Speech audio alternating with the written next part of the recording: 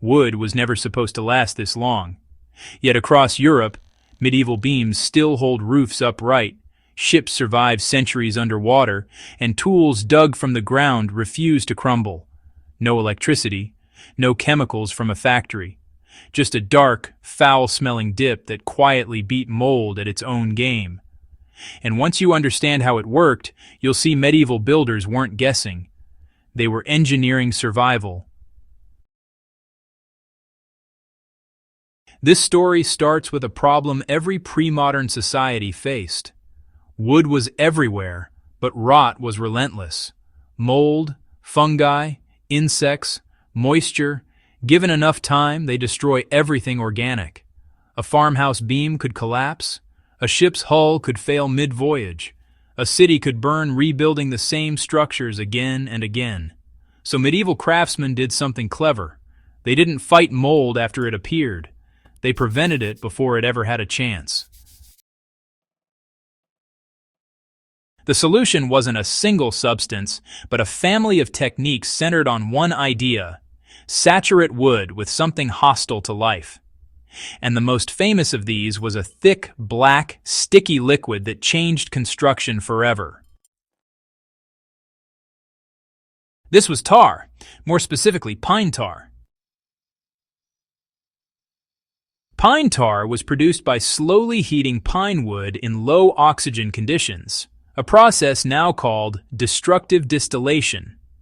Medieval people didn't use that term, but they mastered the method. Logs were stacked in pits or kilns, sealed with earth, and burned slowly for days. Instead of turning to ash, the wood released oils, resins, and acids that condensed into a viscous, smoky liquid. That liquid was collected, stored, and treated like liquid gold. Here's the important part. Pine tar isn't just waterproof. It's antifungal, antibacterial, and deeply penetrating. When wood was dipped or heavily brushed with hot tar, the liquid soaked into the grain, not just the surface. Deep inside, where mold spores usually hide and grow. Mold needs three things: moisture, oxygen, and a food source. Tar attacked all three. It repelled water. It sealed oxygen out of the wood's pores. And its chemical makeup created an environment where fungi simply couldn't thrive. This wasn't accidental. Medieval shipwrights, bridge builders, and farmers noticed the pattern over generations. Tarred wood lasted longer. Always. This is why Viking ships survived icy seas and long voyages. Their hull planks were soaked in pine tar. Not painted, soaked.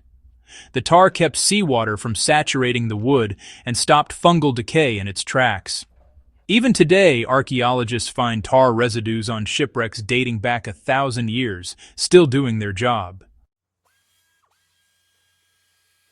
But tar wasn't just for ships, it was everywhere. Barn beams were dipped before construction. Fence posts were charred and then tarred at the base where they met soil. Roof shingles were coated to resist mold and rain. Tools handles were treated so sweat and humidity wouldn't cause cracking or rot. In damp regions, entire wooden structures were protected this way. The smell was awful, but the results were undeniable. Now, here's where it gets really clever. Medieval builders didn't rely on tar alone, they combined methods. One common practice was charring wood before dipping it in tar. Charring closes surface pores, kills existing spores, and creates a carbon layer insects hate. When tar was applied afterward, it bonded better and penetrated deeper. This combination dramatically extended the lifespan of wood exposed to soil and weather. Another method involved lime wash. While lime was more common on stone, wood elements were sometimes treated with lime-based coatings in interior spaces. Lime is highly alkaline, and mold hates alkaline environments. In granaries and food storage areas, lime-treated wood helped keep both mold and pests away. In some regions, especially in northern and eastern Europe, wood was dipped in brine or seawater before tar application. Salt alone slows microbial growth. Combined with tar, it created a hostile chemical cocktail that fungi simply couldn't tolerate. This wasn't superstition, it was observation-driven science. What's fascinating is how standardized these practices became.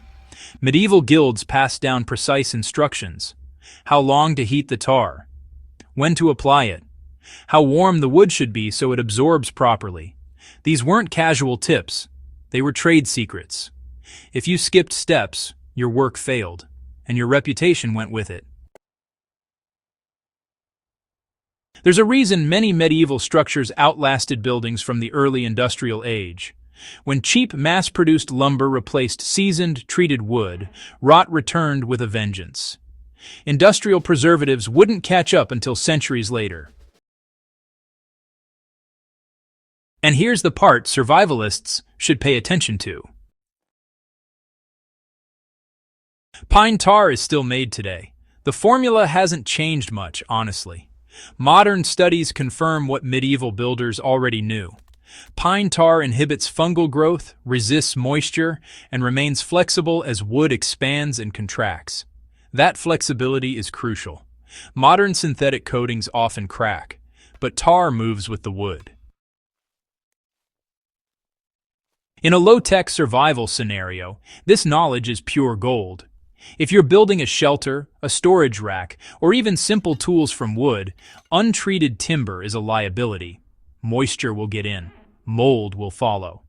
But a basic tar treatment can dramatically extend lifespan without electricity or complex equipment. You don't even need a full kiln. Small-scale tar production can be done with buried containers and controlled fires, just as it was centuries ago. The process is slow, smoky, and honestly pretty messy, but it works. And once you have tar, you've unlocked medieval-level wood preservation. There's another unexpected benefit. Tar-treated wood resists insects. Termites, beetles, and larvae avoid it. Not because it kills them instantly, but because it disrupts their ability to feed and burrow. Again, this wasn't just theoretical, it was field-tested over generations. Now let's address the myth. Medieval people weren't blindly slathering black goo on wood and hoping for the best. They were actually running long-term experiments without even realizing it.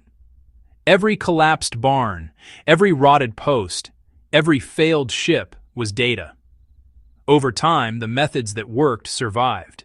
The ones that didn't, well, they vanished.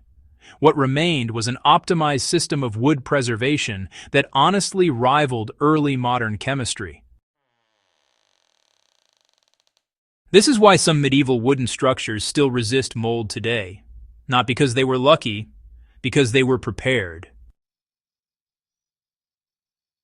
And there's a lesson here that goes beyond history.